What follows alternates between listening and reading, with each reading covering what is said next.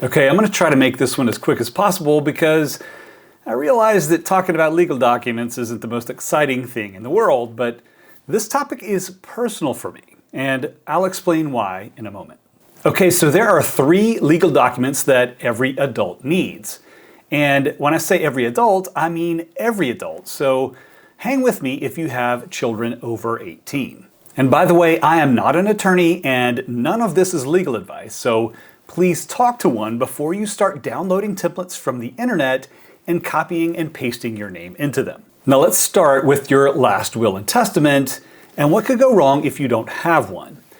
Now, a will is the document that directs how your assets are transferred after you've passed away. Now, I've had plenty of people come up to me and say, "Hey, guy on the internet, I don't have any assets, so I don't need a will. Checkmate." Well, fair enough, I guess, but if you have kids, your will is the legal document that names their guardian if they're not yet adults and something happens and you pass away. And that's something you may not want to leave up to the courts.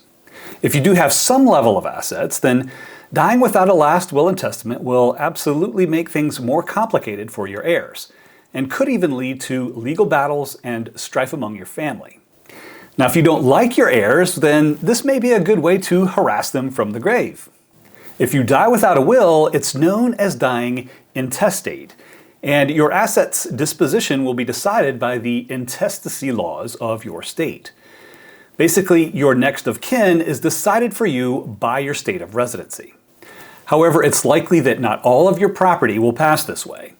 Any joint accounts, life insurance policies, and retirement accounts will pass outside of the probate process. But it can be a big mess to sort through all of this, especially once your estate starts moving through the court system and lawyers get involved. But what happens if you're not dead and you're simply incapacitated for a while? Well, it may sound like the perfect conditions for an amnesia-based rom-com, but there's another document that you'll need. Our second crucial legal document is a financial power of attorney. Now, this names the person or persons who can deal for you in financial and legal matters. There are 2 types of these, durable and springing. For most states, the default is a durable power of attorney where your named person has the legal authority to act on your behalf as soon as the document is executed. A springing financial power of attorney is only valid if certain conditions have been met. Now, it sounds better, but from what I've been told, the springing powers of attorney can become complicated if the conditions are too vague or inaccurate.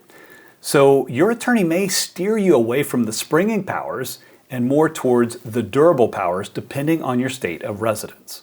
And now for our third and final document, which I think is the most important, where a financial power of attorney names the person who can act on your behalf in legal and financial matters. An advance directive for healthcare names the person who can make decisions for you in health-related matters. These are often called living wills, but there are some nuanced differences between the two. Both an advance directive and a living will name your guardian and dictate your wishes for your medical care should you become incapacitated. Now, a living will is a type of advance directive, but not all advance directives are living wills, if that makes sense. It's kind of like all lagers are beers, but not all beers are lagers. To make things easier on doctors and hospital staff members, many states now have statutory advance directive documents, which is nice. This simply means that no matter which attorney drafts your document, it all has to look the same and follow the same format. This way, the hospital staff doesn't have to try to figure everything out since every document now looks the same. Hey, if you die without a will, okay, your heirs might fight over who gets the '78 Oldsmobile Cutlass Supreme. But please, please don't put your family through the turmoil of trying to make these end-of-life decisions for you. Now, before I talk about considerations for adult children, I want to share with you why this topic is personal for me. Years ago, a very good friend of mine sustained a life-threatening injury. After being transported to the hospital, the doctors needed to perform an emergency surgery, but they needed authorization first. Unfortunately, my friend did not have an advance directive set up. So instead of being able to authorize the doctors to perform the surgery, his spouse had to go before a judge in order to be granted the legal authority to then grant the doctors permission to do the surgery. Ultimately, my friend eventually passed away due to further complications from his injury. Now, if there had been a shorter delay for that procedure, would that have changed things? I really don't think so. But it might for you or someone that you love. That's why I think the Advanced Directive for Healthcare is the most important of these 3 estate planning documents. Not only does it specify who can authorize a potentially life-saving procedure, but it also relieves your family and loved ones of the burden of making these types of medical decisions on your behalf because you've already made them and stated them in the document.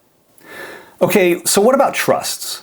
Trusts can be a helpful supplement to your will, especially if you live in a community property state. Everything in a trust passes outside of the probate process and has more privacy than simply using a will. However, anyone with a trust will first need to move their assets into the trust first. This means that you may have to retitle your property or your accounts to show that the trust is now the owner. And so if every adult needs at least these 3 legal documents, does that include young adults? Absolutely. Will you have the legal authority to make medical or legal decisions for your 21-year-old child should something go wrong? Not necessarily. This isn't really something that you want to think about for someone in the prime of their life, but as the kids say these days, it's part of adulting. And since cash is usually tight at this age, these documents often go neglected.